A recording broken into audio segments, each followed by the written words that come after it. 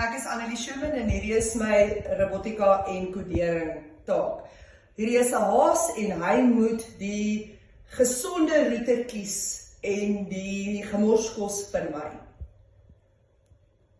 Vorentoe 1,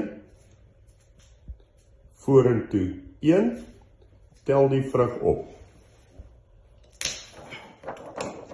Draai links, vorentoe 1, vorentoe 1, draai regs. Vorentoe 1, Is gemorskos, agtertoe 1, draai links. Vorentoe 1, vorentoe 1, draai regs.